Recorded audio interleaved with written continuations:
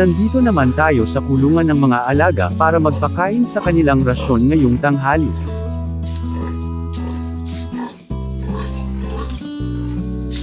Hello at welcome pong muli sa aking munting channel para sa isa na namang video.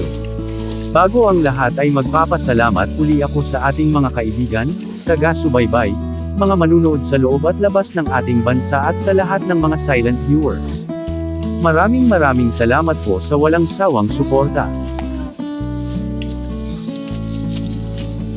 Kabibigay lang po ng kangkong sa ating isang inahin.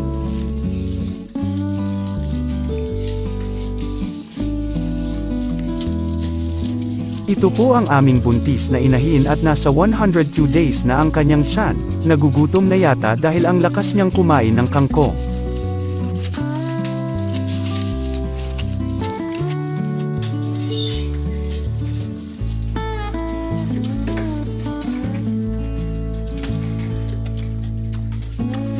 May hinahanap pa dahil hindi pa kumpleto ang kanyang rasyon, kulang pa po ito dahil wala pang mixed feeds na darak at gestating feeds. Mixed feed din po ang style ng aming pagpapakain sa mga inahin at barako.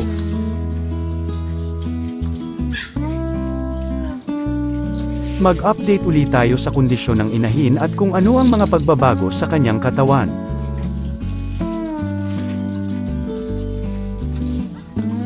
Kinukuha pa ang dagdag na pakain. Hindi kasi makukumpleto ang kain niya kapag wala ang mixed feeds.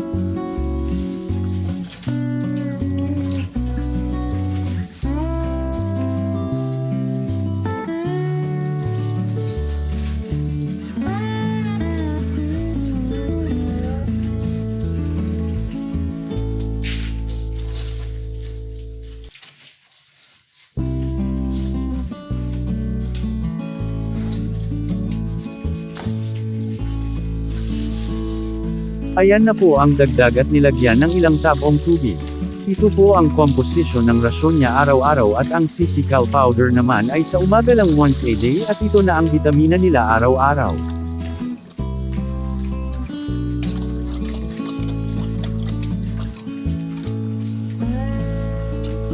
"12 days na lang ay may aabangan naman kaming mga piglets.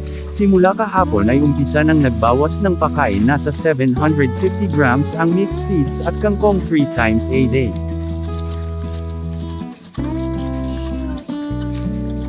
Pagkalipas naman ng isang linggo ay magbabawas pa habang papalapit ang araw ng mga anak. Magpapalit din ng lactating feeds ilang araw simula ngayon, ganoon pa rin mixed feeding din.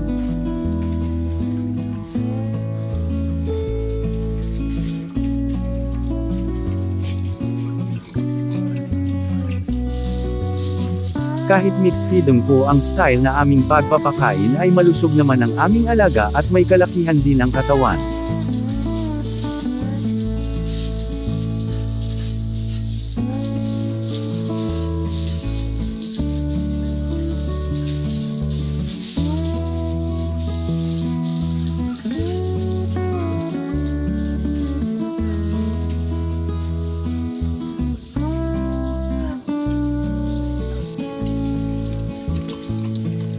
Naubos na niya ang pagkain.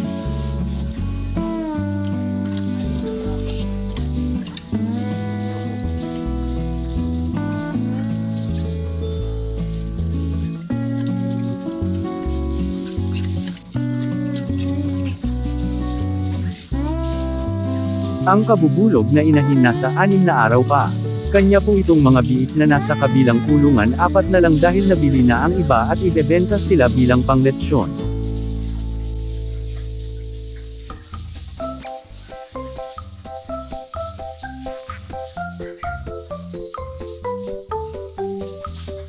Dalawang araw na ang lumipas nang mag-deworm po kami sa kanya. Parang ang bilis lang na mas na-develop ang panggatasan kumpara sa 2 araw na lumipas, halos doble na ang laki. Mas lalong lumaki pa ito sa mga susunod na mga araw, magsisimula naman ang pamumula at pamamaga ng ari sa mga susunod na mga araw.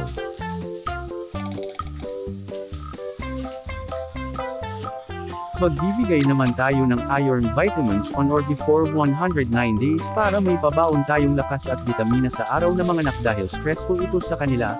Nakakakuha din ang mga piglets ng nasabing vitamina habang nasa loob pa.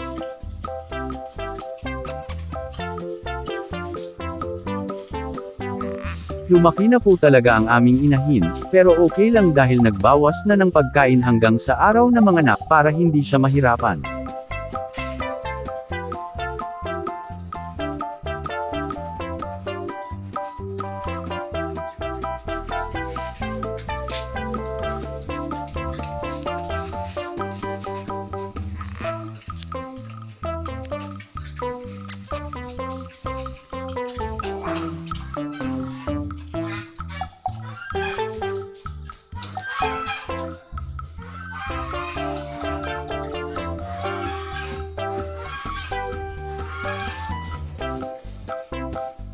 Tapos na siyang kumain at hihiga na.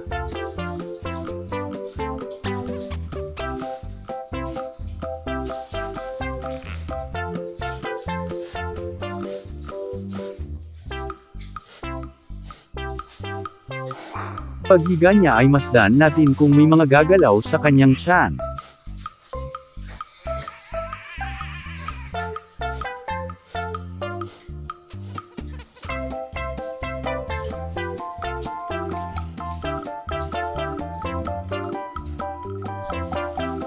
Pansinin ang kanyang tiyan, parang may sumisipa at malakas. Excited na rin kami sa mga bagong piglets dito. In God's will.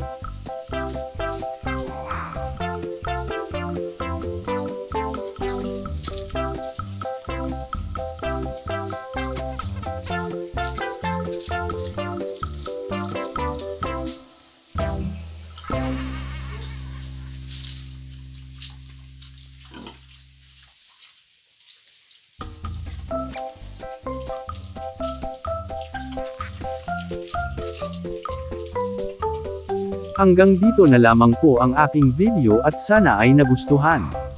Maraming salamat sa panunood at happy farming po mga kaibigan.